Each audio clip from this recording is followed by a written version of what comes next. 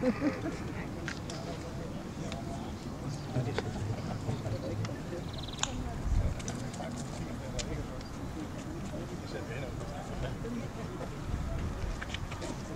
I gør lige lidt plads, så fanerne kan komme til.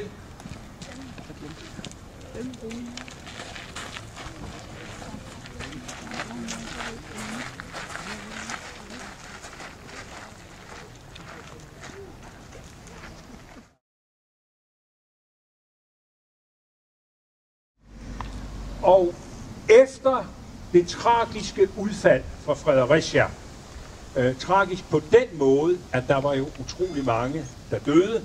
Det var jo en succes, selvfølgelig fordi vi brød en belejring og vandt.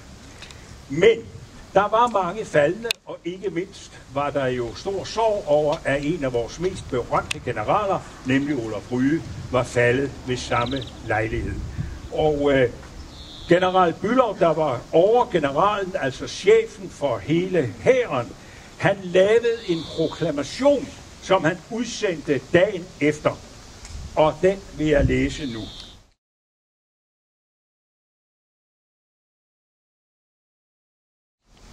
I have i går på ny retfærdiggjort de forventninger, som fædrelandet nærer om eders tapperhed og heltemod. I raske stormløb gik I frem mod de fjendtlige forskansninger. Disse kom derved hurtigt i vor magt og blev uskadelige.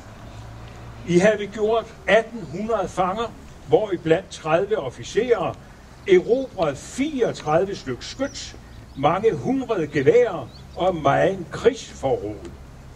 Fjenden veg tilbage, derefter tilbage på alle punkter, og I rensede afsnittet foran Fredericia, i det befriede fæstningen for indeslutning og genoprettede den frie forbindelse med samme.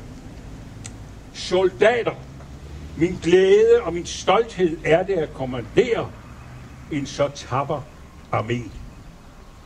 Modtager min tak for eders mandige færd. Sejrens jubel over det hele land være eder rigelig løn for udstandende fare og møjsommeligheder. Blandt de helte, som i går besejlede deres kærlighed til fædrelandet med deres blod, vil I med smerte og savn bemærke den højhjertede, tapre general Olaf Rye.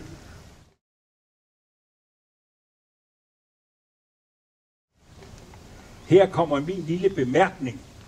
Han blev kaldt generalen med det gode hjerte. Han var utrolig afholdt af alle sine folk. Han kunne noget dengang. Han vidste ikke, hvad det hed. Det ved vi i dag. Det hed synlig ledelse.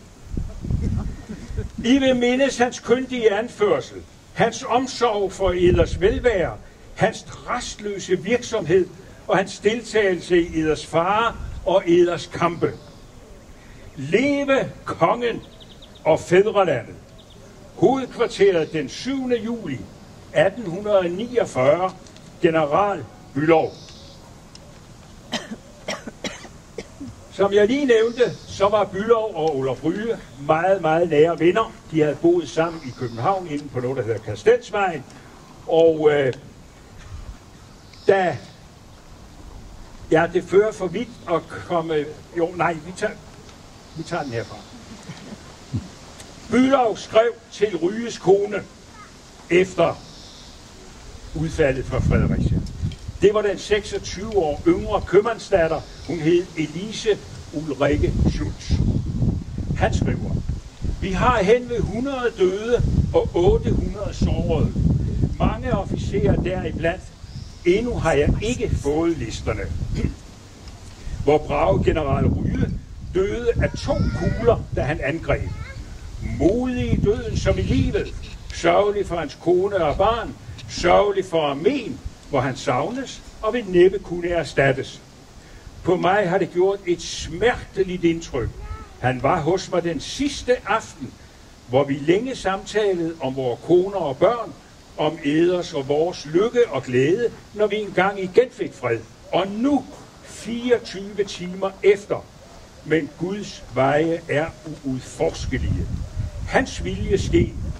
Han døde en herlig død for ham selv, i spidsen for sin brigade, som han førte frem i alvorsstunden. Hvad kan tænkes skønnere? Fred med ham. Han var en trofast kammerat. Se et brev og modtag.